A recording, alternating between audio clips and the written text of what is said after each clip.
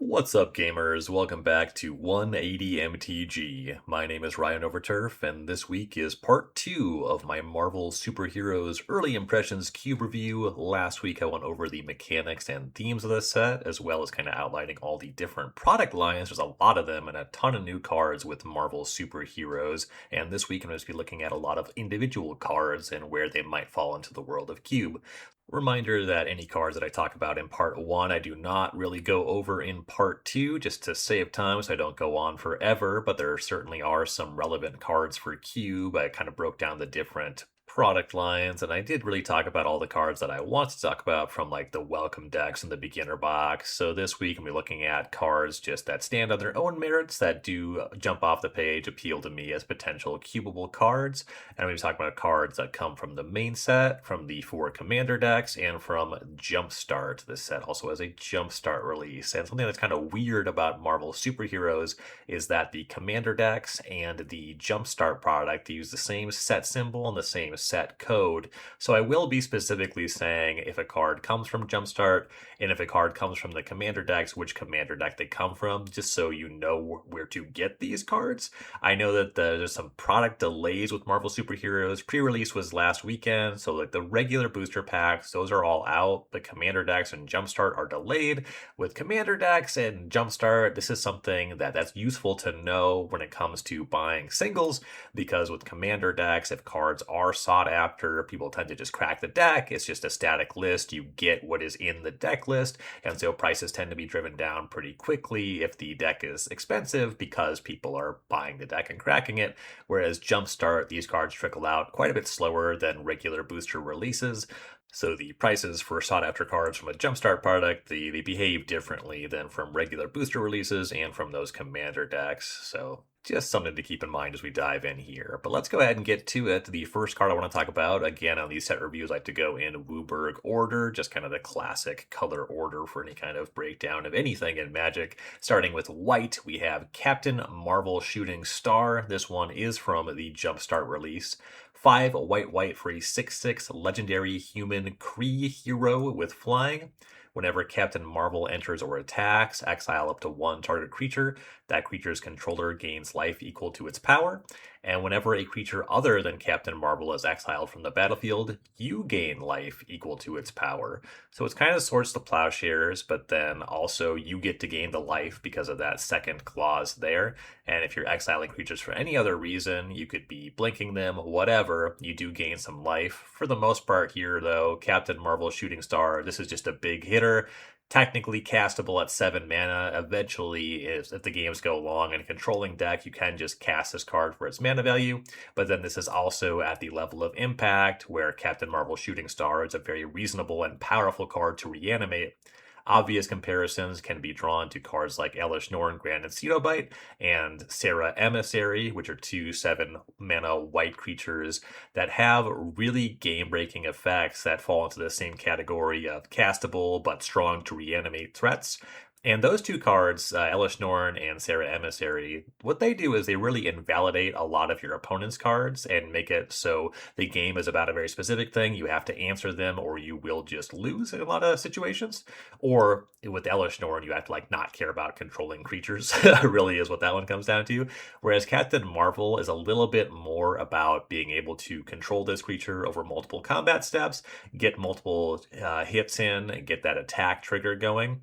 Getting the 1 Swords to Plowshares for entering, that is nice, but you do generally have to attack with Captain Marvel for it to be a game winner, unlike those other 2 cards that can just kind of take care over the game on their own.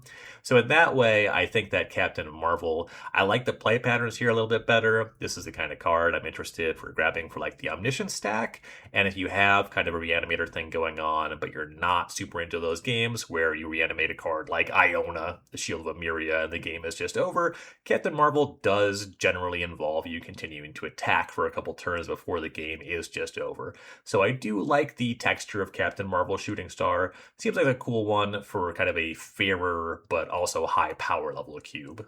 Next up is Night Nurse Healer of Heroes. This one from the main set. 1 and a white for a 2/1 legendary human doctor hero with flash and lifelink. When Night Nurse enters, choose target permanent card in your graveyard that was put there from anywhere this turn, return it to your hand. So most of this text box is the same as the card Samwise the Stout-Hearted from Lord of the Rings. That's one that did show up in the digital powered cubes. It's been in and out, I think, a little bit. Some differences: Night Nurse does not have the ring tempts you, which is the biggest blight on Samwise, having to know what that stupid ring emblem does, stuff that's just not on the card at all.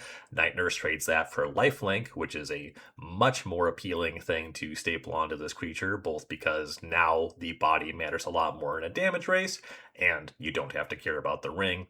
And then also, this ability, Night Nurse can get a permanent back that was put into your graveyard from anywhere, whereas Samwise, it has to be from the battlefield. So you still have that Wasteland, Strip Mine, rebuy that, get it back right away. You can still get back any creature that traded in combat, or something like a Solitude that you evoked and had to sacrifice. But then Night Nurse can get something back if you had to discard it, if it was milled by some effect. Example there, you like crack a fetch land, get a Surveil land, put a creature into your graveyard that was maybe empty before. Then Night Nurse can get back either that fetch land that you sacrificed away or the permanent card that you surveilled with your Surveil land. So some pretty cool things you can do with Night Nurse, Healer of Heroes. I like this design quite a bit. Samwise was already a pretty appealing cube card. I just can't get over that the ring tempts you thing. That's such a turnoff for me. And Night Nurse, Healer of Heroes is just a much more approachable version of this effect. Next up is Royal Talon Fighter Jet, this one from the Wakanda Forever Commander deck. White X for a 1/1 vehicle with flying. This vehicle enters with X +1/+1 counters on it.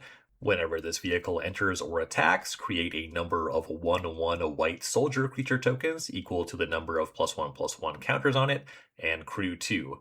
So Royal Talon Fighter Jet is a vehicle that once you spend at least 2 mana on X, so a 4 mana vehicle, it'll make enough tokens when it enters to crew itself. That's a big deal.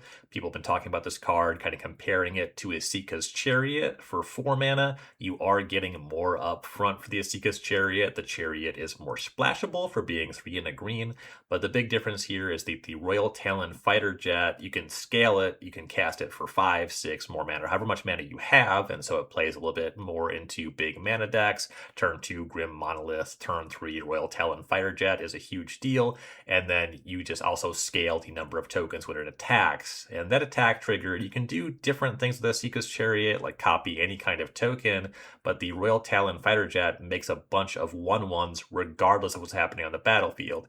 That can be one of the more punishing things when you have Asika's Chariot and then all your tokens are destroyed. Then it's not really worth a ton, it's just a 4/4, but the Royal Talon Fighter Jet continues to make these 1/1s every time it attacks, and it's really less important to compare these cards directly. For the most part, I just want to talk about Royal Talon Fighter Jet being a strong vehicle that has the ability to crew itself. It has evasion, it has that flying, makes tokens when it enters, makes tokens when it attacks. This is something that just demands an answer from your opponent because it just keeps generating value. Generates value when it enters, generates value when it attacks. So that is a big deal, very threatening card. It does cost a good amount of mana, so it's not really going to be a breakout card for like Vintage Cube, though it can play there. It is an artifact, and white creatures that attack does still tend to be a lot of what happens even at the highest power levels. I would say that this is too strong for a lower power level cube, so a Royal Talon Fighter Jet, something kind of in the mid-high power tier, I would say. Moving on to blue, our first blue card is Secret Invasion. It's a pretty modest card, but I think it's a cool design. 1 blue for an aura, enchant creature you control. When this aura enters, exile up to 1 target creature other than enchanted creature until this aura leaves the battlefield. Enchanted creature becomes a copy of that creature, that is the creature that you exiled, until this aura leaves the battlefield, and enchanted creature has ward 2. So control magic and just various control magic effects is a historically powerful and backbreaking thing to do in Cube. These kind of cards tend to fundamentally be 2-for-1s where you just get card advantage over your opponent and you take their best thing. That can be too much to come back from in a lot of Cube games, and for that reason I just generally don't cube with very many control magic effects in my cubes. Secret Invasion maybe swings this a little bit too much in the other way, where it's a control magic-ish effect, but you have to to have your own creature to exile, and then your opponent just gets their thing back when that creature dies. So you actually open yourself up to getting 2 for 1. So it's kind of the inverse of that, but it's still an answer for their best thing.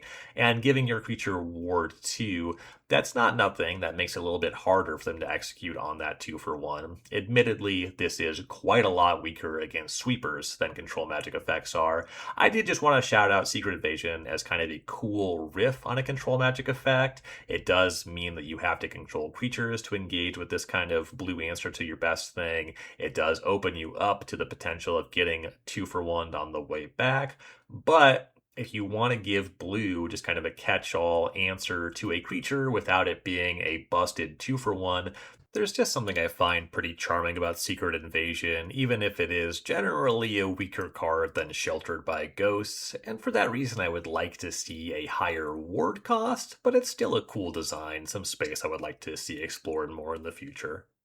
Next up is Shiri Wakandan Inventor from the main set, 1 and a blue for a 2/1 legendary human artificer hero.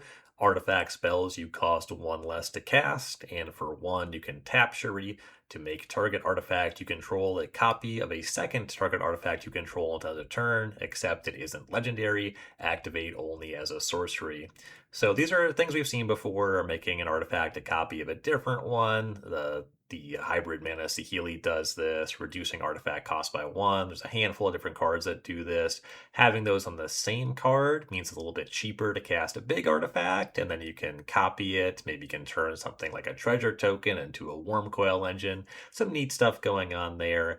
Largely, I'm shouting this card out because, you guessed it, there's a new way to combo with Time Vault, which does not matter for the overwhelming majority of cube curators. Kind of a funny thing is that Shuri also then fits into the Mystic Forge Sensei's Divining Top space, so that makes it so for 0 mana, if you have all 3 of those cards, you can draw your entire deck, or as much as your deck as you want to. So this could fit into like a very high power vintage cube. There's some interesting stuff going on for lower power artifact cubes there as well with Shuri Wakandan Inventor. And while we're on the topic of Time Vault combos, something about new cards comboing with Time Vault is just funny to me. It's something about that card just having such a deep history and how it's changed. I like pointing out new cards that combo with Time Vault. So let's talk about Impossible Man real quick from Jumpstart. 2 and a blue, a 1/4 legendary alien shapeshifter with flying. For 2 and a blue, Impossible Man becomes a copy of another target permanent until end of turn, except his name is Impossible Man. So Impossible Man combos with Time Vault, also combos with Dark Depths because it's just another target permanent. So something that is a little bit inefficient, not very good in its own, but Impossible Man does combo with those things. Next up is Victor Timely, Wily Tycoon. For 4 and a blue, you get a legendary human artificer villain. It's a 3/4. And when Victor Timely enters, you may cast target artifact, instant, or sorcery card with mana value 4 or less from your graveyard without paying its mana cost. If that spell will be put into your graveyard, exile it instead. So Victor Timely is an uncommon from Jumpstart. This is very similar to a card like Goblin Dark Dwellers. That's a card that was kind of a big deal when it was first printed in Oath of the Gatewatch, showed up a good amount in some constructed formats, and then also was a pretty appealing cube card, even showing up all the way up in Vintage Cube. Victor Timely, I don't really expect to have a Vintage Cube pedigree, but like a lot of blue cards, it can play. It is fine. It will be able to cast the One Ring from your graveyard. I think more often you'll see Victor Timely show up in something like a Peasant Cube. Being able to cast Fact or Fiction from your graveyard is quite appealing. But even at that, there's just a really good spread. Once you get up to 4 mana, instant sorcery artifact, there's just a large range of what Victor Timely can rebuy for you. Casting like a cryptic command from your graveyard, even at instant speed, it's still bounce plus draw. This is just a solid rate card. The body is less appealing than Goblin Dark Dwellers, but it's a blue card, so that makes sense. And you go up to flashing back a mana value 4 card and selecting artifacts, which are both improvements over Goblin Dark Dwellers.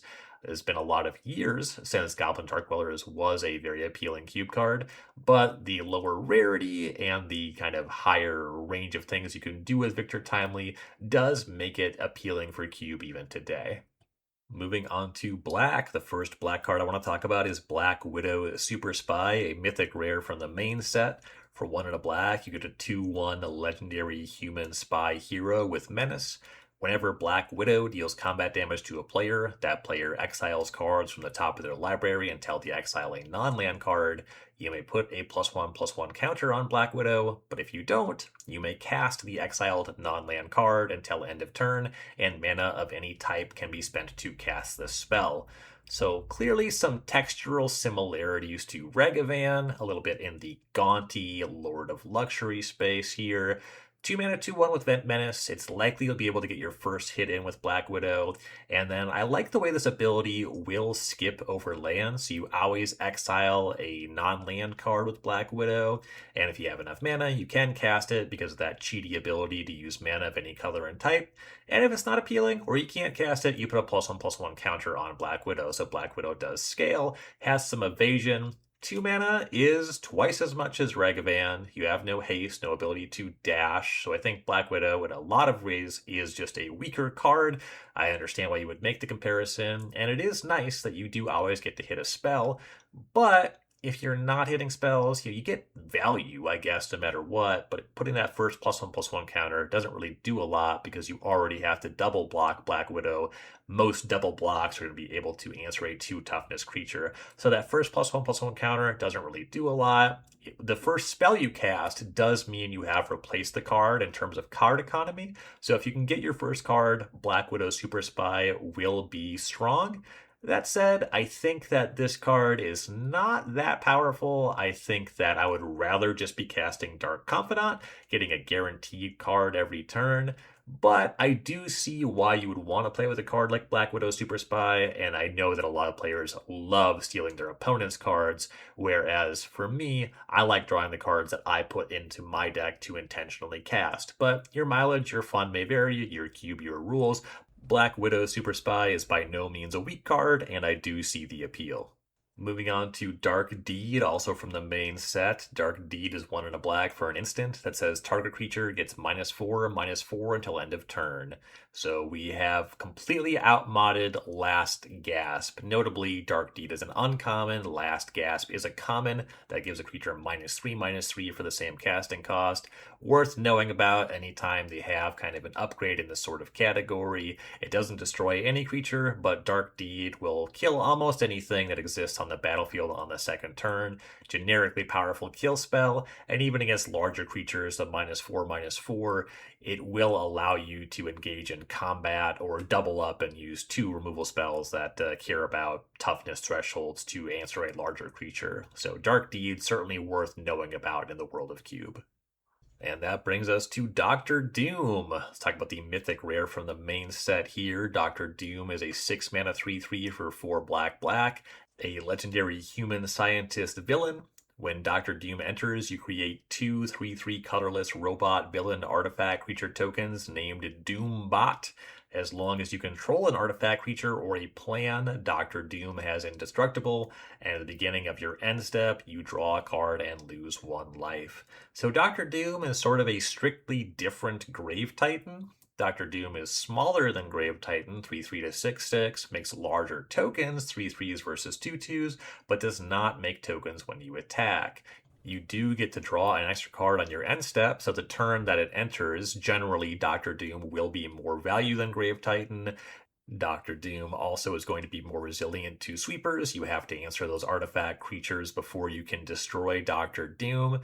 The difference between these 2 cards is largely a matter of environments and then also aesthetic preferences. I will be continuing to feature Grave Titan as the 6-drop in the original recipe Tubert, largely because of those aesthetic preferences, but Dr. Doom is going to be a really cool card for a lot of Marvel fans to see.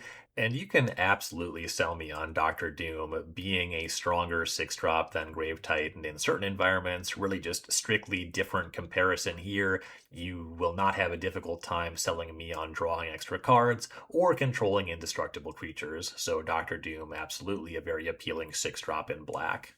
And now let's talk about the other Doctor Doom, or I guess a different Doctor Doom. Doctor Doom Unrivaled. 2 black black for a 4/4 legendary human sorcerer villain with lifelink that has tap, you draw a card and lose 1 life. Then if your library has no cards in it, you win the game. So Doctor Doom Unrivaled, this one comes from Jumpstart. 4 mana, 4/4 lifelink really gets into combat and swings damage races in a big way. If you are hanging back on blocks, you can tap Doctor Doom to draw cards every turn. And then this does have the ability to win the game if you are trying to draw from an empty library. So that kind of Laboratory Maniac text box, clearly much weaker than Thassa's Oracle.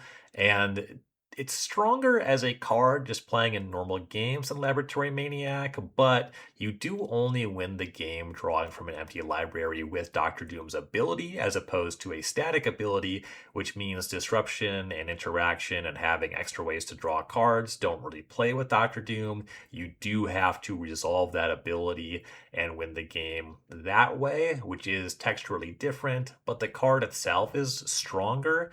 That said, it's only stronger in regular games when what you're trying to do is cheat and get to a combo finish. So Doctor Doom Unrivaled, I think, is actually a really modest card on power level, but it's a very cool design. I think that you can take it or leave it even if you are doing the Doomsday Thassa's Oracle thing. It's another card that plays in that space.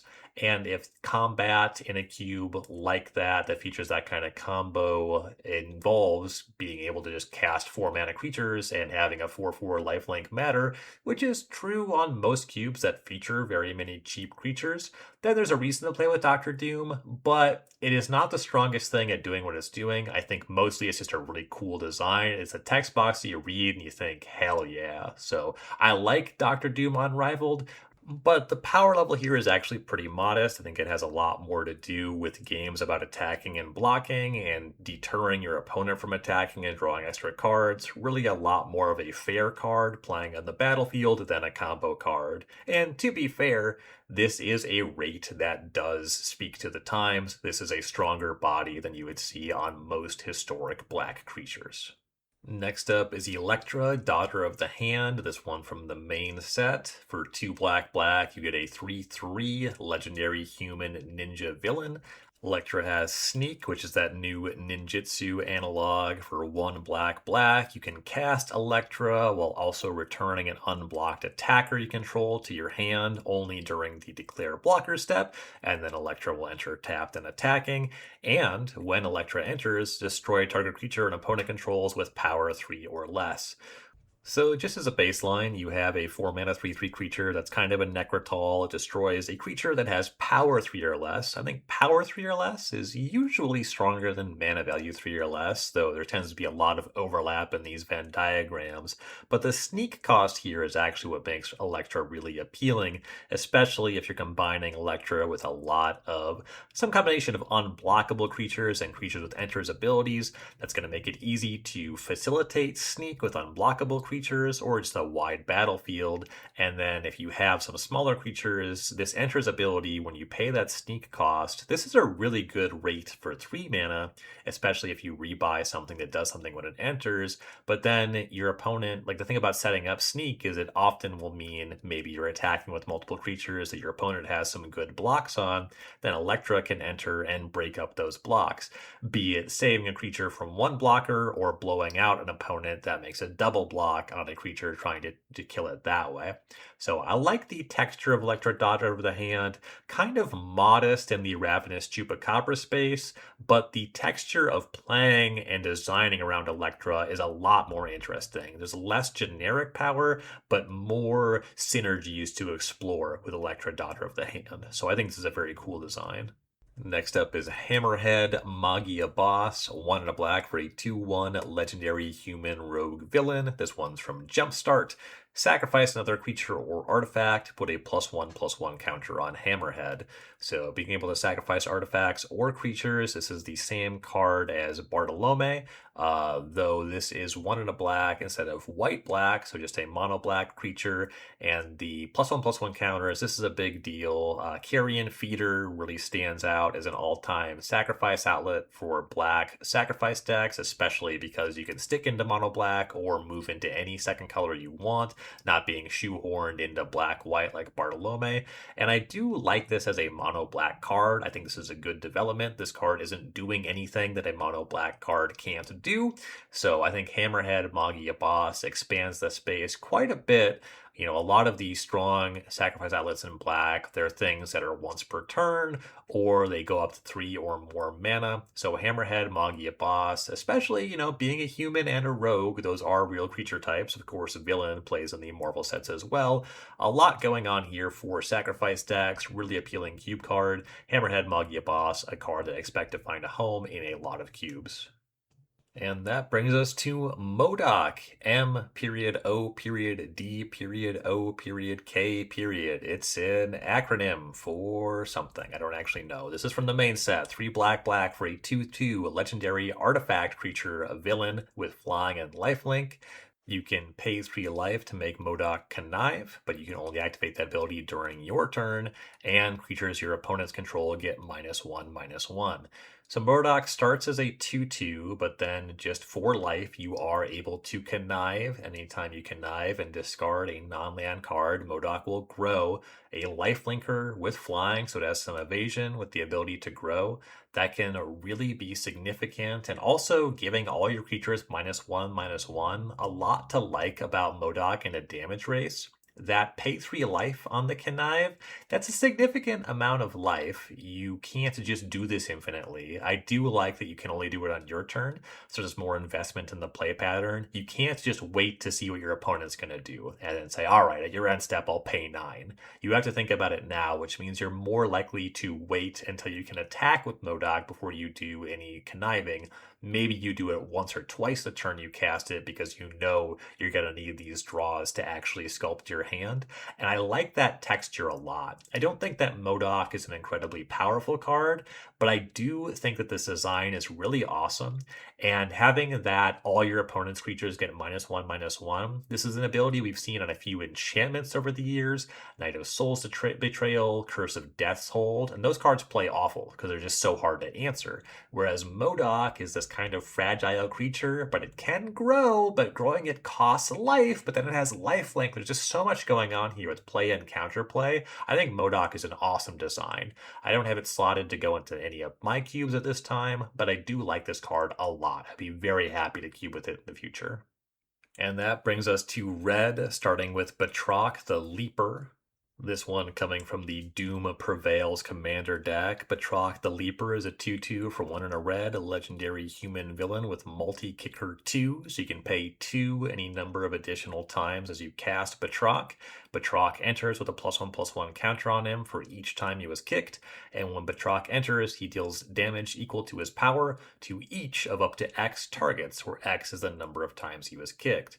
So 2-mana 2/2, nothing to write home about. Once you kick it once, Batroc will enter as a 3/3, and you get to deal 3 damage to any target. So once you get up to 4 mana, very comparable to Flametongue Kavu. Notably, it does not have to only hit creatures, can hit planeswalkers. This is any target, so mostly compares favorably to Flametongue Kavu outside of specifically needing to answer a 4 toughness creature. And then once you kick Batroc twice, then you hit multiple targets, it enters as a 4/4. That scalability, that's going to be an upgrade over Flametongue Kavu. So if you're just looking at power level, I think Batroc is convincingly a stronger card. That said, being able to cast it as a 2-mana 2/2, that doesn't really do anything. Like, if you're looking for a stronger card than Flametongue Kavu, the ability to cast it as Grizzly Bears is pretty forgettable. It is that scalability until a late game. It has to be X different targets, notably, so you can't just kick Batroc multiple times and then just send them all upstairs to hit your opponent. but odds are your opponent's going to have some creatures, going to have some planeswalkers in any kind of environment where you would play Batroc the Leaper. This is largely an upgrade over Flametongue Kavu for higher power formats, but it's not one that really is notable for like a powered cube. Also, there is a difference there between these two cards. It's worth pointing out that Flametongue Kavu can be blinked with Ephemerate, whatever. It's just an enters ability, whereas Batroc's ability only deals damage if he was kicked. So Ephemerate plus Batroc doesn't really do anything, just comes back as a 2/2. So there's a little bit of give and take, but as a pound for pound card, it's stronger. I don't have any plans to cube with Batroc the Leaper, but I certainly see the appeal here. It can really break open a creature mirror as the game goes along.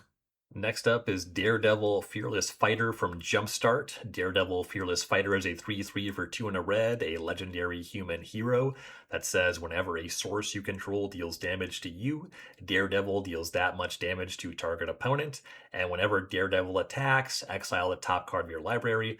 Daredevil deals damage to you equal to that card's mana value. You may play it this turn. So you have this attack trigger that nets extra cards. Similar to Dark Confidant, you're going to take damage equal to the mana value, but then because of Daredevil's other static ability, your opponent is also going to take that damage. So some neat card advantage happening here. 3 mana 3/3, this is just kind of an accepted rate at this point in time. You're not really breaking the game open that way. There's certainly stronger options just in terms of generic cards for 3 mana red creatures.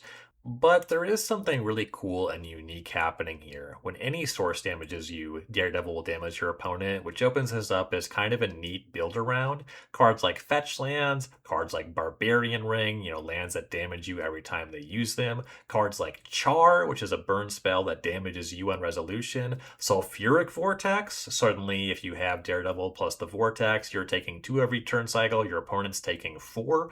There's some really interesting ways to take advantage of cards that historically have drawbacks, where Daredevil can turn those into extra damage for you. Flame Rift, you take 4, your opponent takes 8.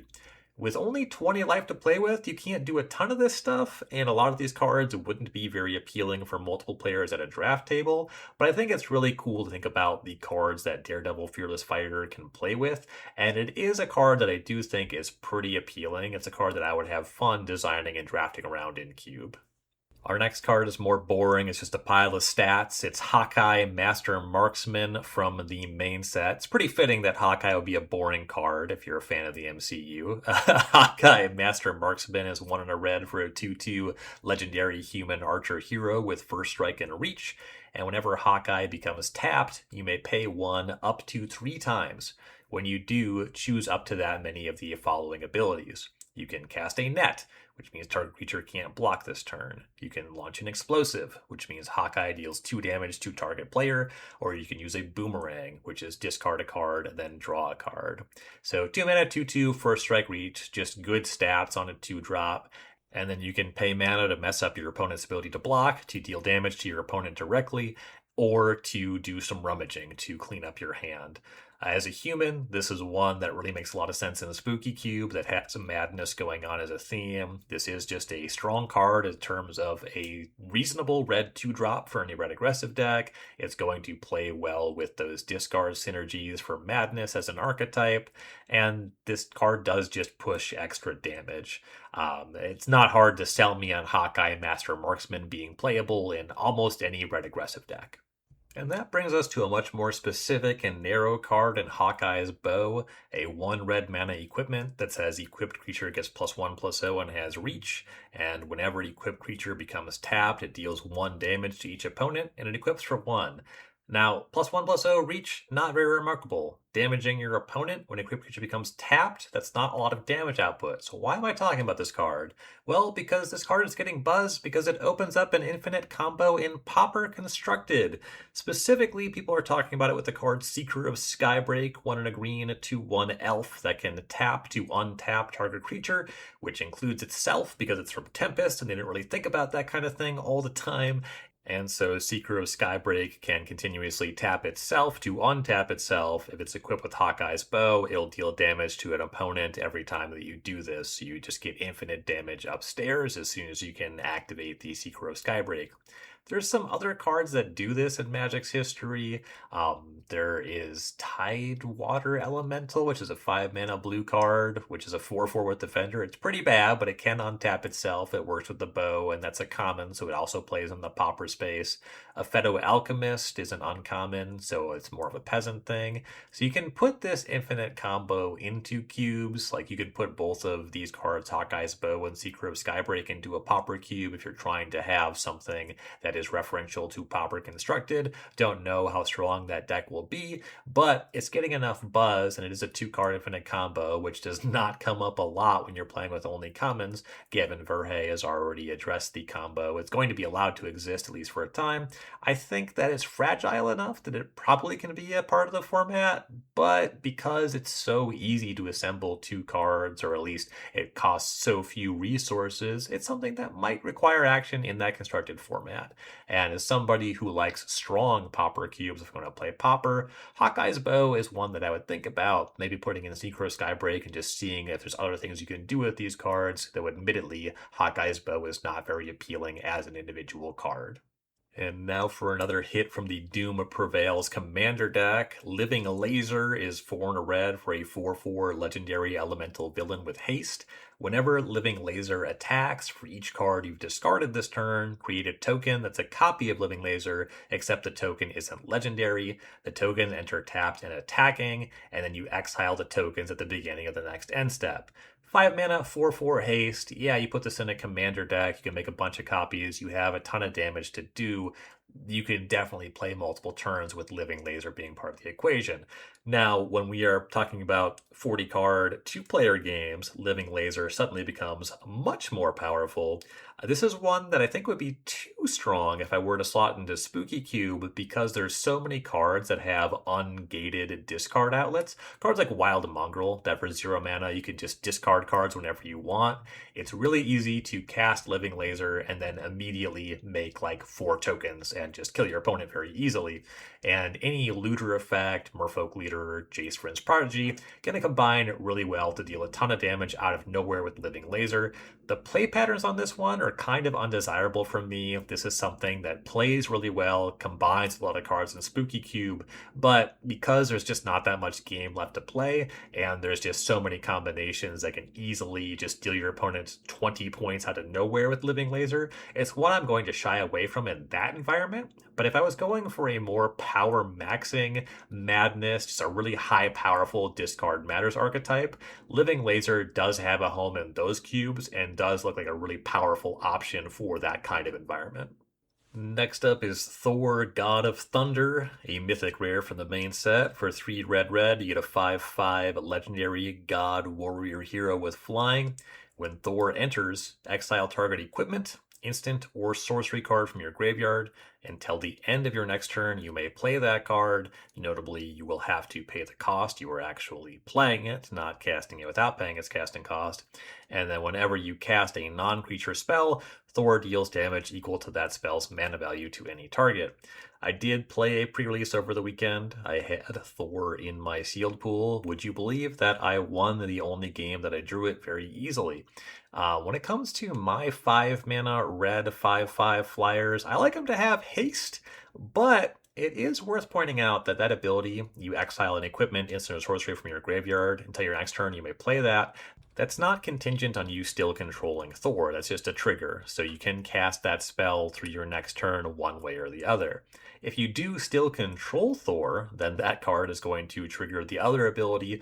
Thor will be able to deal the damage to any target, which means you either are really able to destroy all your opponent's creatures, just pointing damage this way and that way, or put a bunch of damage upstairs very quickly. So while Thor does not have haste, Thor does generate some real value. As long as you have an equipment, instant, or sorcery in your graveyard, you'll be able to get some card advantage that way with Thor. And then if you do untap with Thor, you have access to a ton of damage and realistically card advantage, destroying your opponent's creatures, especially clearing out their flying blockers. So while I'm usually more of a fan of cards like Thundermaw Hellkite than cards like Bonehorde Dracosaur, I like that Thor gives you kind of card advantage no matter what, and then also has a massive upside to untapping with Thor and being able to cast some spells. So I like this design quite a bit. I don't have plans for putting Thor God of Thunder into any of my cubes, but it's a very cool card and that could change. This could hang all the way up to something like a vintage cube. It's going to be only for high power level environments. It is a good fit for high powered environments. And because I talked about Thor, I do want to talk about Mjolnir. This is a mythic rare from the main set. Mjolnir Hammer of Thor is 3 in a red for a legendary artifact equipment.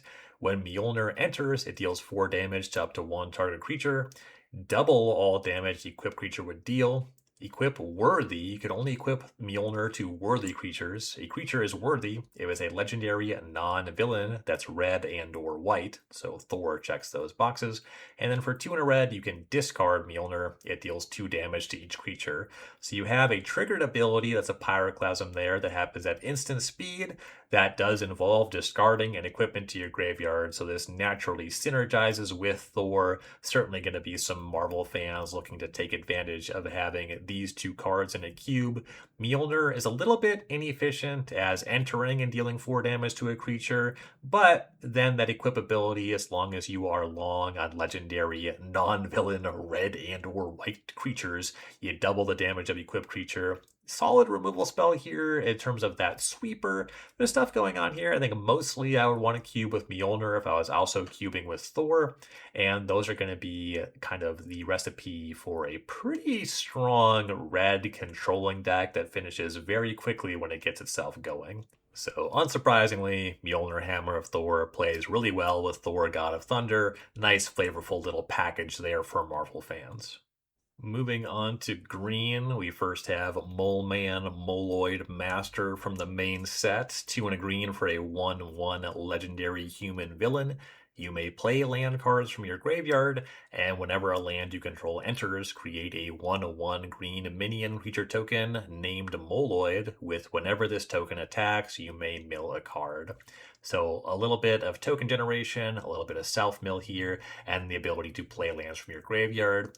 Slightly reminiscent of Ice-Till Explorer from Edge of Eternities for having some play lands into your graveyard, some self-mill attached, though Mole Man, a much more modest rate than Ice-Till Explorer. That one also giving the ability to play additional lands every turn. So Mole Man is one that is quite fragile, 3 mana 1/1, but gonna play really well with fetch lands, let you play lands from your graveyard, gives you 1/1s on landfall, and then it has these May triggers when you attack with the minions to do some self-mill. Be that to find some more lands that are appealing to play from your graveyard, wherever you're trying to set up there, or just to set up your graveyard for a lot of stuff that green does with the graveyard. Your Eternal Witnesses, I'm a huge fan of spider spawning. Mole Man Moloid Master is a slam dunk for Spooky Cube, and one that I expect to find its home into a lot of cubes with anything going on with landfall and or graveyard themes. And that brings us to Sauron Dino Devotee. This is a mythic rare from Jumpstart. 3 green green for a 4/4 legendary dinosaur vampire villain with flying. When Sauron enters or attacks, choose one. You can cure cancer, which means you gain 3 life, or you can turn people into dinosaurs. Put a Saurian counter on another target creature. It's a green dinosaur with base power and toughness 5/5 for as long as it has a Saurian counter on it. Notably, turning people into dinosaurs is dramatically more powerful than curing cancer, which is a very flavorful thing considering that Sauron doesn't want to cure cancer. He wants to turn people into dinosaurs, a comic book art that has become a very well-known and hilarious meme. A huge fan of Cure Cancer just being the card Healing Solve, also just famously the weakest card in the original Boon cycle in Alpha, just making it very clear that Sauron would never cure cancer so long as there are people to turn into dinosaurs. This is just some really good stats. 5 mana 4/4 flyer in green, and green doesn't get a ton of flyers, certainly not at cheaper rates. Like 5 is very castable for a efficient flyer in green. And then just turning other things into 5/5 5/5s when it enters or attacks. You will often be curving out with Llanowar Elves and that kind of thing, and turning your mana dorks into 5/5s is powerful. Sauron Dino Devotee is one of those cards where this is just strong, really strong rate card for high-ish powered formats. Not, I mean, you could definitely play this in like a vintage cube. I could see this being able to hang in a 540 card vintage cube. Realistically, I see this being strong in like the Magic Online or Magic Arena powered cubes. And I do think turning all your cheap creatures into 5/5s is something that is just too strong for an environment like the original recipe Tubert, so Sauron is maybe most at home in these very high-powered cubes. So if you want to make a high-powered cube about creatures, Sauron Dino Devotee is a good way to do it. And then one more green card from the main set, a rare in World War Hulk, a 5-mana saga for 3 green. Chapter 1, the next red or green creature spell you cast this turn can be cast without paying its mana cost. Chapter 2, put 3+1/+1 counters on target creature you control. And Chapter 3, choose target creature you control until end of turn, double its power and toughness, and it gains trample. So just something that plays in the creature cheat space. You will not be able to put in an Emrakul for free, but any giant red or green creature, something like a Tali, you can just cast for free with World War Hulk. You can cast Craterhoof Behemoth for free. I mean, I say free. It's the first chapter on your 5-mana saga, but you're just trying to cheat mana that way, which is not a new ability. We have that on some cards that really don't see play, like Dramatic Interest, where that's all that it does. But then the ability for this to keep doing something if the game goes longer, growing something with Chapter 2, and then potentially setting up a really big hit with double power, not double strike, and trample on that third chapter. World War Hulk can definitely play in this space. I think that this is mostly going to be for like larger cubes at a high-ish power level with those creature cheat strategies, something like a 540 card cube. Pretty replaceable in an environment like Vintage Cube, but it can hang. I can see why you would cast it, cheating in stuff like World Spine Worm, that kind of thing. So there's uses for this card. Not one I intend to cube with, not one I would be surprised either way if it was in the Magic Online Vintage Cube or not. And that brings us into gold, starting with Absorbing Man, 1 green/blue for a 4/4 legendary human villain. This is a rare from the main set with Vigilance. And at the beginning of your first main phase until your next turn, Absorbing Man becomes a copy of up to 1 target artifact, non-aura enchantment, or land, except his name is Absorbing Man. He's a legendary 4/4 human villain creature in addition to his other types, and he has Vigilance. So 3 mana 4/4 Vigilance, decent stats here on your Simic card, and then you can copy an artifact, non-aura enchantment, or land every turn, which means that this is another combo with Time Vault. Turn Absorbing Man into your Time Vault, tap him to take extra turns. Turn him into your Dark Depths. He's a Dark Depths with no counters. Make a Merit Lage token. So another card that combos with those 2 cards. And just 3 mana 4/4 Vigilance, reasonable to cast. Being able to copy artifacts, enchantments, and lands, pretty unique to be able to bounce that around every turn. And just kind of as a floor, you can turn Absorbing Man just into a mana-producing land. With Vigilance, means that Absorbing Man can attack for 4, and then in your second main phase, you can use him to generate some mana. Pretty cool card. I think that this one is going to be able to hang in high-powered cube, especially if you're going into that Dark Depths, Time Vault kind of thing. You open up that combo space, but just being able to copy, you can surely generate some really weird game states with Absorbing Man, and 3 mana 4/4 Vigilance as a baseline. That is just a pretty appealing stat line. Next up is Arch Nemesis from the Doom Prevails Commander deck. This is 1 blue/black for an aura. Enchants opponent. Whenever you attack enchanted player, that player loses 2 life. You draw a card and gain 2 life. Whenever a player attacks you, you may attach this aura to that player. So that last line, not going to matter in 2-player games, but it is a fun thing for multiplayer environments. I don't really talk about commander cubes much on this show here, but this is certainly a fun card that can move around and play the political game that way.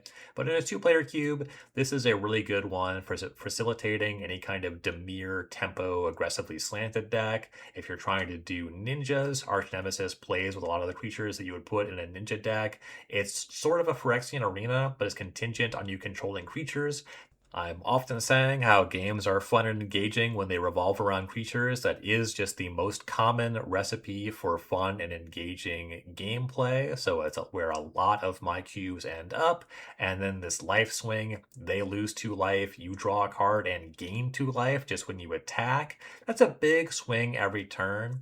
Really good payoff for a gold card, and it puts you into an aggressive space and a color pair that often is going to be more of a tap out control thing. So it can lead to play patterns that feel a little bit unique relative to a lot of other Demir decks for different play environments. So I like the design of Arch Nemesis a lot. I don't currently have plans to be cubing with this one. I think that the rate here is really strong, but I think it's a strong card that incentivizes the right things. It makes you care about attacking, playing to the battlefield. It's really cool to push Demir decks to do these things. And I think that Arch Nemesis is just a really fun design. Next up is Captain America Living Legend from the main set. 1 white blue for a 3/4 legendary human soldier hero with vigilance. Whenever a creature you control becomes tapped during your turn, if it's the first time that creature has become tapped this turn, untap it. So the surface level reading here is that Captain America gives all your creatures vigilance. When they attack, that's the first time they'll become tapped during your turn, so you untap them. That ain't bad. But then you open up synergies, cards that tap cards for some effect, creatures that tap to use their own abilities. When you control Captain America, you can use Mother of Runes. You can use it to make something unblockable, giving a protection from a color or whatever, or maybe make blockers weird and then also untap your Mother of Runes, use it on another creature, just getting multiple activations. Though, often it's incorrect to use Mother of Runes proactively, but it's just an example. It tends to be the white card that comes to mind when I think about tapping a card for an effect. This is a blue-white card, so your Merfolk Looter, your Jace Vryn's Prodigy, anything that taps to draw a card in any capacity, Captain America will let that untap and do it again, so long as the first time is during your own turn. Notably, this does not trigger on your opponent's turn.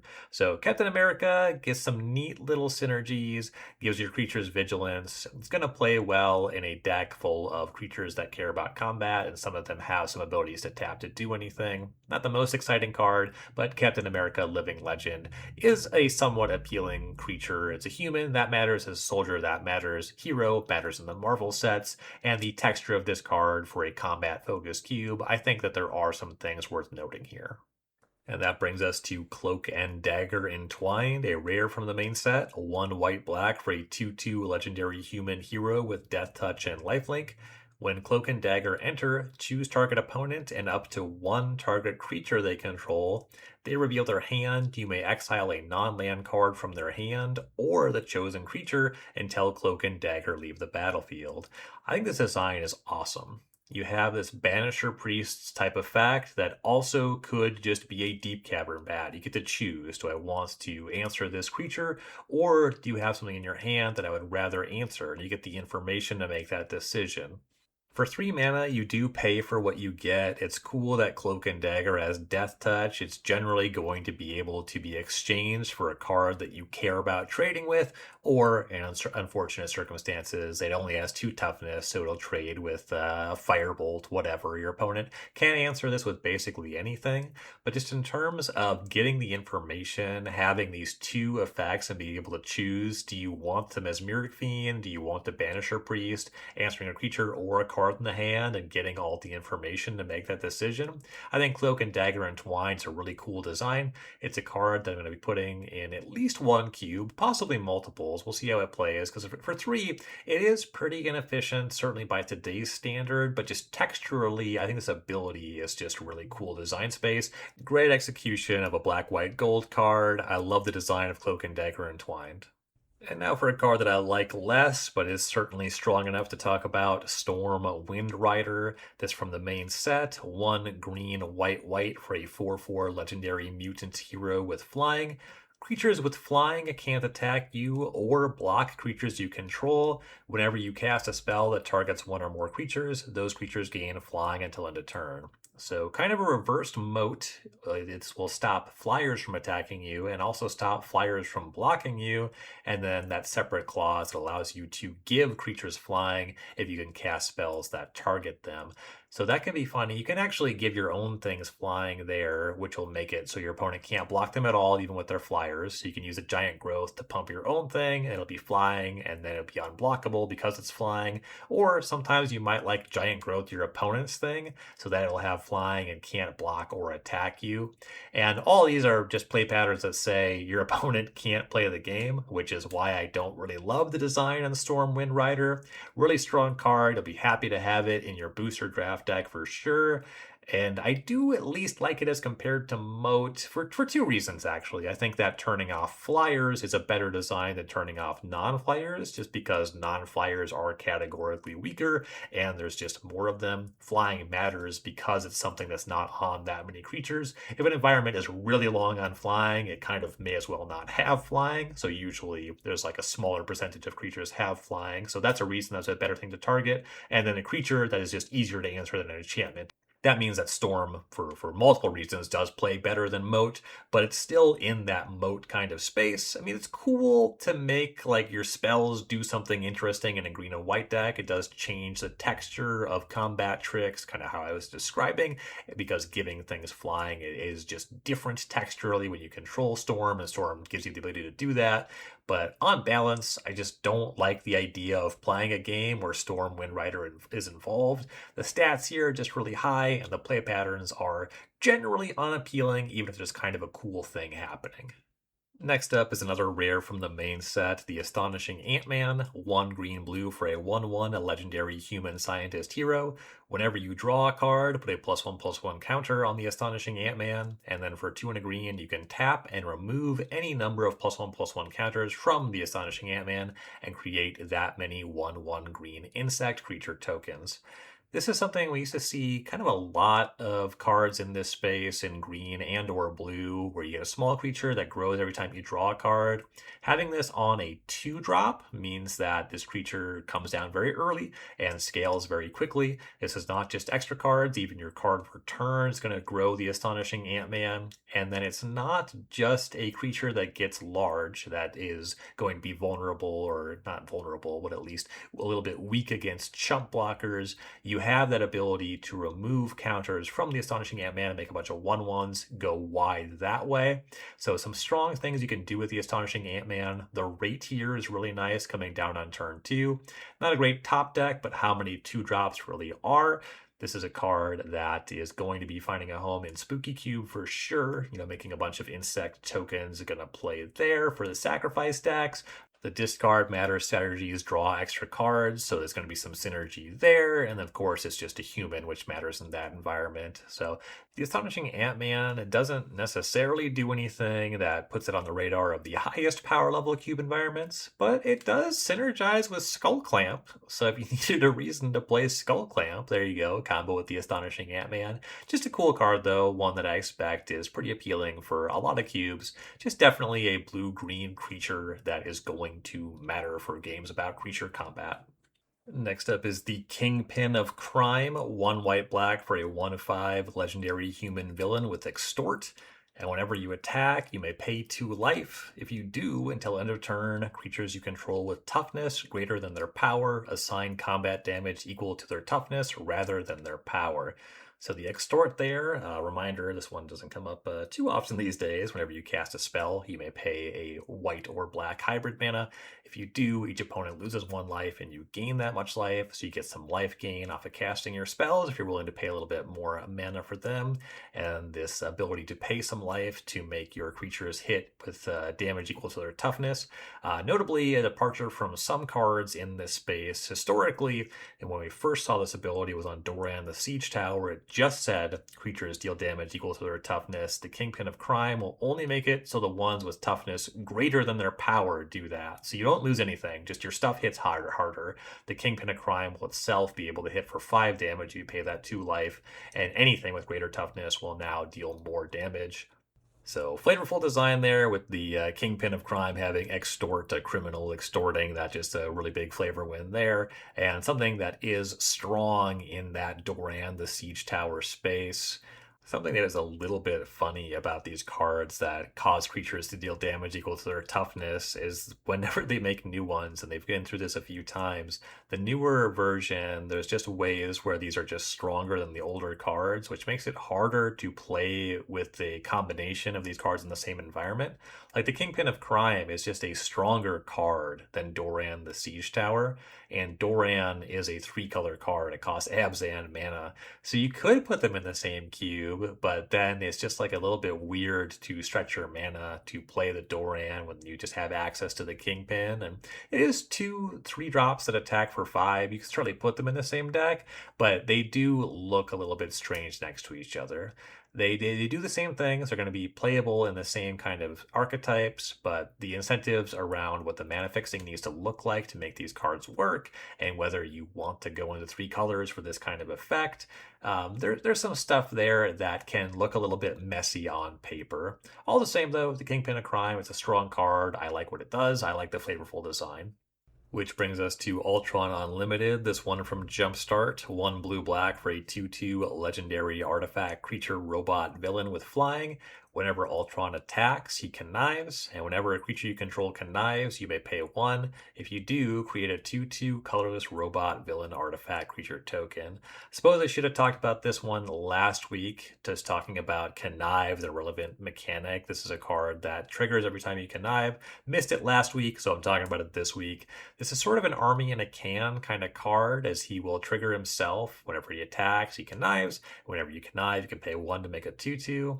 So this is a creature that just will allow you to loot every turn. If you have a mana to spare, you can also make a 2/2 when you do that. And if you're discarding non-lands, Ultron will grow larger. So it's a threat that can just win the game on its own, applying pressure, making blockers, or additional attackers if you're just ahead in that way. Another Dimir card that makes Dimir decks care about attacking, care about engaging in combat with creatures. I like all of that. Ultron Unlimited is going to be going into a couple of my cubes. Being an artifact, that's a thing. Dimir artifact cards, there are a lot of them, but the rates are kind of varied there. So this is just relatively cheap and effective in terms of Dimir artifacts. And it is a cool discard matters card, being able to connive every turn when he attacks. And especially if you have multiple things that connive, you can start to build a deck around conniving. So another reason I should have talked about Ultron Unlimited last week, but it does stand out as a pretty appealing cube card from this release. Which brings us to Wolverine Fierce Fighter, this one from the main set, a 4-mana 3/5 for 2 red green, a legendary mutant berserker hero with haste. When Wolverine enters, he fights up to one target other creature, and if damage would be dealt to Wolverine instead, you deal that damage, but all other damage already dealt to him is healed. So you can only deal all of the damage to Wolverine at one time if you want to deal lethal damage to Wolverine. He won't heal things like -X effects, but that fight, you fight something when Wolverine enters, you attack, your opponent blocks, that combat damage will be dealt, but the fight damage will be healed. So you have to deal 5 all at once if you want to kill Wolverine with damage. The stats here are good. 4-mana 3/5. Haste is always good. This is another card in that Flame Tongue Kavu space. Can answer creatures with up to 3 toughness, so it won't kill a 4 toughness creature like the Flame Tongue Kavu will. But this one, unlike Batroc the Leaper, this is just a straight up enter ability, so Wolverine Fierce Fighter does play with blink cards. Some appealing stuff happening there. I don't have plans to put Wolverine Fierce Fighter into any of my cubes. There's 2 reasons for that. The environment where a card like this would most fit of mine would usually be Spooky Cube, but the mutants are not humans, so there's no human synergies there. And then 4 mana for a Gruul card is a really crowded space. There's a lot of really appealing, iconic, and fun cards for this exact mana cost. I think that this card is strong. It makes sense to me why you want to cube it in even pretty high-powered environments. As long as small creatures are part of the play patterns, Wolverine is going to be strong there. It just doesn't really fit into any of my environments, and with how many cards with the exact same mana cost either are stronger when you get cards like Minsc Boo or have nostalgic attachments like Bloodbraid Elf, like Huntmaster of the Fells, it does make it difficult for Wolverine Fierce Fighter to make it into cube, though it is a card that I will not be surprised to see in cubes and think is pretty strong. Which brings us to colorless, starting with Cosmic Cube. Gotta talk about the Cosmic Cube. This is a mythic rare from the main set, a 5 mana artifact with Ward 2. And whenever you attack, look at the top 6 cards of your library. You may cast a spell from among them with mana value less than or equal to the greatest power among attacking creatures you control without paying its mana cost. Put the rest on the bottom of your library in a random order. So this is a card that gives you some extra cards to cast for free, but it's contingent first on you casting this 5 mana artifact, and second on attacking with a creature with enough power to cast something with mana value less than or equal to that power among the top 6 cards of your library. Cube decks only being 40 cards means that 6 cards is a lot of looks, but this is still a card advantage engine that does kind of tie you to attacking. Checking the greatest power of attacking creatures as opposed to the number of attacking creatures does change the cards that Cosmic Cube really works with, being better with just individual creatures than token makers, and you want to be attacking with a creature that has a good amount of power so you can cast a wider range of spells. It means that Cosmic Cube is often just strong if you're already in something of a winning position. But it's a neat card, has the right incentives, and I will say that this is a card that I really like the implementation of Ward on, because you do need to be attacking. It cares about having strong creatures, not just going wide with tokens, and so the card is a little bit low power level, and Ward makes it so at least it's hard to destroy. So neat design, got Cube in the name. Cosmic Cube is one that I won't be putting into any of my cubes, but it's a cool card, and I'd be happy to see it in some other people's cubes. Next up is Galactus, Devourer of Worlds from the Fantastic Four Commander deck. A 10 mana 12/12, a legendary Elder Alien with flying, trample, and indestructible. When Galactus enters, exile target permanent, and then it has to attack every turn. There's some commandery texture to that, and it doesn't have to attack if you control Silver Surfer, Galactus's Herald, which is a 5 mana colorless creature. I think it's a 4/5 flyer, and you tutor for Galactus when Silver Surfer enters. But it's just more funny than anything to have a 5-drop that tutors for a 10-drop. If there's a very aesthetically slanted, like Marvel-themed cube, I could see people cubing with Silver Surfer. For the most part, Galactus is a card you're looking at for a potential reanimate package in high-powered cubes. Very similar to Ulamog the Ceaseless Hunger, though it's a big deal that Galactus's Enter ability exiles a permanent, whereas Ulamog is a cast trigger. So it's a little bit stronger to reanimate there. It's not an artifact, so you lose out in artifact synergies. It's just a big colorless creature, so similarity to Eldrazi there. Pretty replaceable. There's just a lot of big stuff you could do in terms of big things to reanimate, but one that does also play with channel when you get into high-powered cubes and you have a lot of different nonsense ways to cheat big creatures into play. Galactus certainly ranks among the top most appealing options of all time. Which brings us to Molecule Man from the Doom Prevails Commander deck, a 6 mana 5/5 legendary human villain that says non-land cards in your hand have Miracle 0. So the first card you draw every turn, you can reveal it as you draw it, and if you do, you can cast it for free, and you ignore timing restrictions with Miracle. This is a card that's getting a lot of buzz, mostly among Commander players, and it's kind of a funny thing to observe on social media. Some people say this card is terrible. Some people say this card is broken. I'm going to repeat a joke that I often make to my brother. He's mostly a Commander player. He'll periodically ask me, what do you think about this card? How does this card play? And I'll tell him, because he primarily plays Commander in your format, it doesn't matter what your cards do or how much they cost. Giving all your non-land cards in your hand Miracle 0 is kind of appealing. It's the kind of thing that's kind of synergized with cards that can manipulate the top of your library, Sensei's Defining Top, Brainstorm. The thing is, all these cards are both some combination of fundamentally powerful and already have a very long list of ways to abuse them.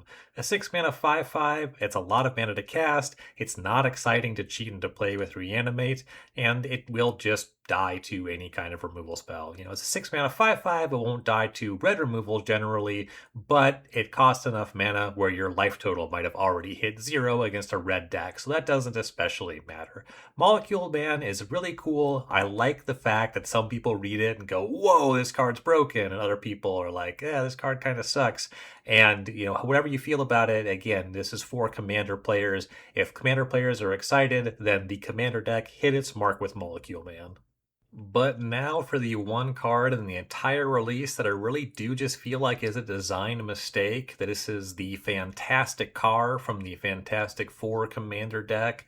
3 mana 4/4 legendary vehicle with flying. It doesn't have a normal crew ability. It just says whenever you cast a non-creature spell, you may have the Fantastic Car become an artifact creature until end of turn. And then whenever you cast your fourth non-creature spell each turn, you may sacrifice the Fantastic Car. If you do, create 4/4 colorless construct artifact creature tokens with flying and haste. So that's 16 flying haste power if you can cast 4 non-creature spells in a turn, and the Fantastic Car will count itself among that if you cast it and it's not the 4 spell you cast. If it's already in play when you cast your 4th non-creature, even if the Fantastic Car was one of those first 3, it will trigger and you'll get 4/4 flying haste creatures. Now, kind of the biggest thing going on here is that it's really weird that this card costs 3 and not 4. Its whole thing is being aesthetically built around the number 4. It's the Fantastic Four's car. So why does it cost 3? I really don't know. A argument that I heard that made sense to me is that at 4, maybe in the precon deck itself, it was a little bit too hard to consistently cast 4 non-creature spells. Shaving a mana off made it more likely to happen more often in that deck. That deck's also built a lot more around that first clause, casting 1 non-creature spell every turn. And 4/4s is not that big of a deal in Commander where you have 3 opponents. So maybe there was an argument just looking at this deck in isolation, shave a mana off of that. And that is where you run into problems where this card in Vintage Constructed is just clearly very strong with Mishra's Workshop. That just cast it outright. A lot of 0 mana stuff really defines Vintage Constructed. This is a card that is really the most powerful Storm card they've printed in a really long time.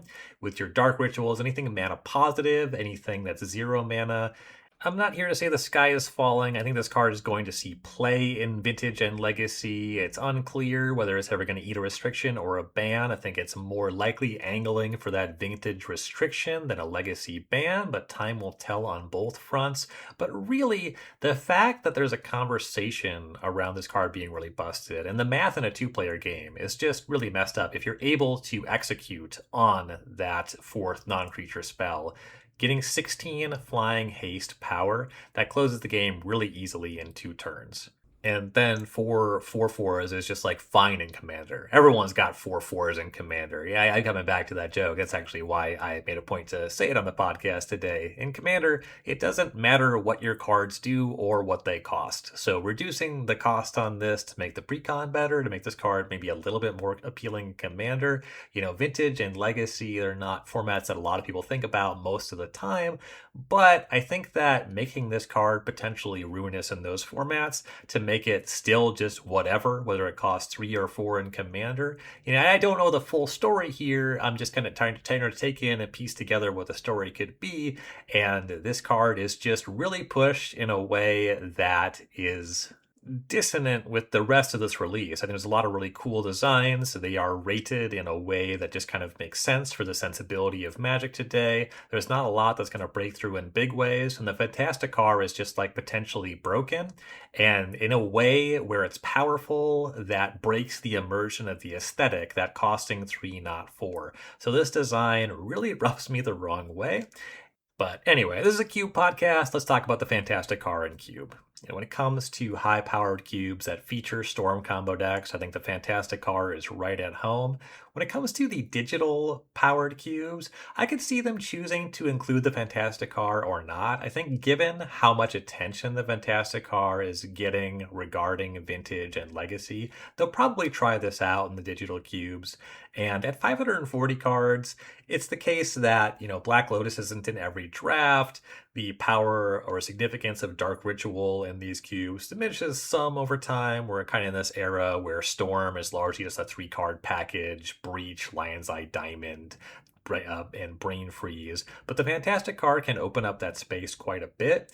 And once you are playing the Fantastic card, trying to trigger it every turn, you don't have to do it on turn one. And in Cube, certainly compared to formats like Legacy and Vintage, you're fine taking a little bit more time setting up and then using cards like Ponder, Preordain.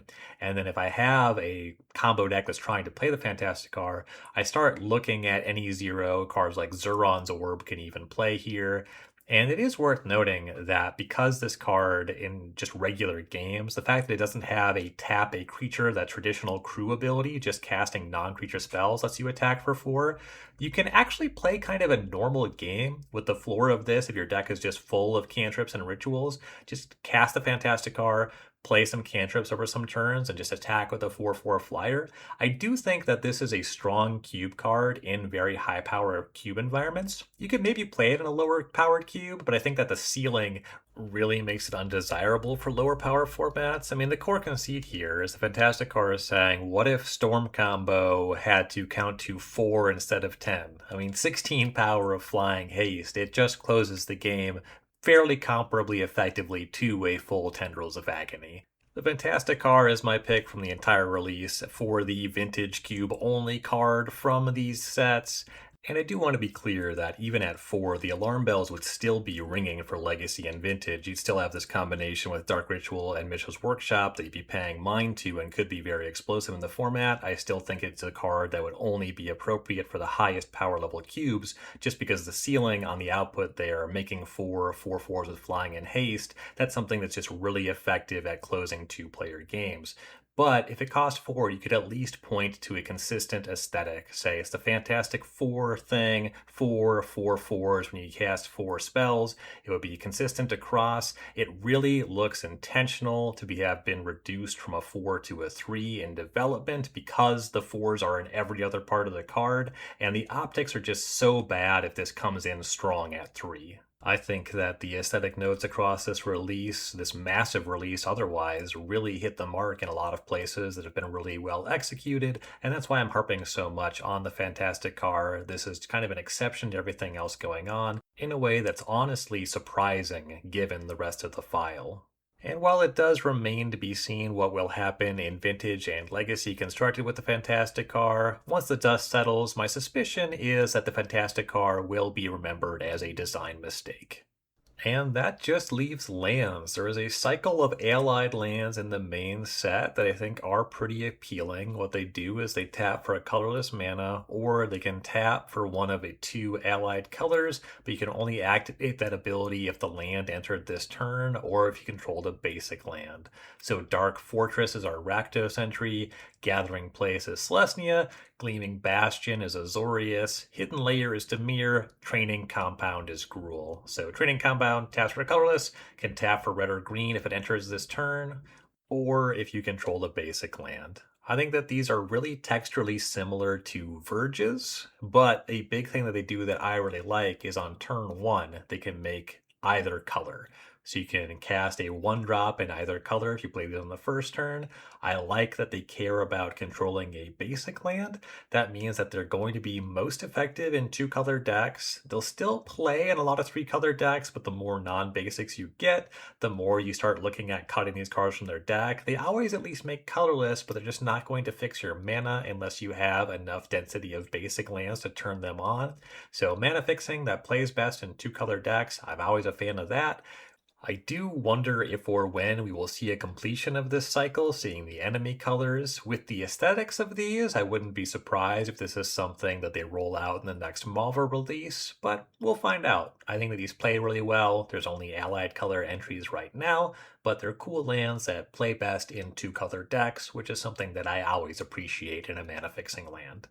And that is a wrap on my early impressions cube review here for Marvel Superheroes with the commander decks, the main set, Jumpstart, and then some mechanically unique cards and some other products. The set is absolutely massive, so it took some time to read through everything, and I certainly didn't talk about every card potentially appealing for cube. I mean, that's just too tall of a task for any set, and it would take me months to talk over every card in this set, so I'm not going to do that either.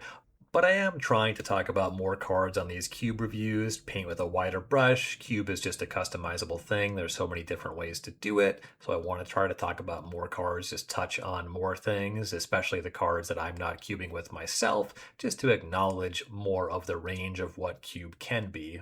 With the size of Marvel superheroes, that's not only possible, but likely. I didn't talk about some cards that could appeal to you, but with Cube, I always encourage you to go out and make it your own, play with the cards that you want to play with, and hopefully I offered some food for thought for those of you who took the time to listen. So thank you, as always, for doing so, for listening, taking the time to like, comment, share, review, subscribe, everything you do to support the podcast, and I will be back next week talking more Cube.